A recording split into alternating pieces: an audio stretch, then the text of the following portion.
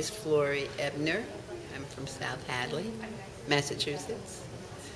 And I have so many favorite Jewish words, and I'm trying to think of them because the bist sheyn, the levone, and that means you're as beautiful as whatever levone means. I'm not just the moon or the sun or the stars. And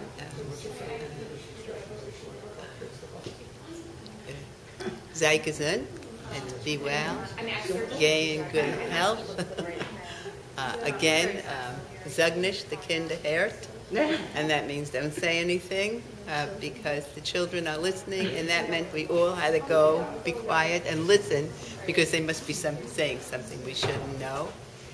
And there were all the Yiddish words that we heard because my grandma and grandpa hardly spoke any English, and my mother and father, you know, would talk to them in Yiddish, and if I wanted to communicate with them, they spoke English, but, you know, it was really quite broken with a lot of Yiddish words in.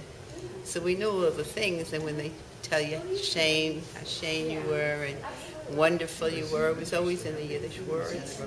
So they were great, and whenever I hear Yiddish now, it makes me feel really good because it brings me back to my childhood.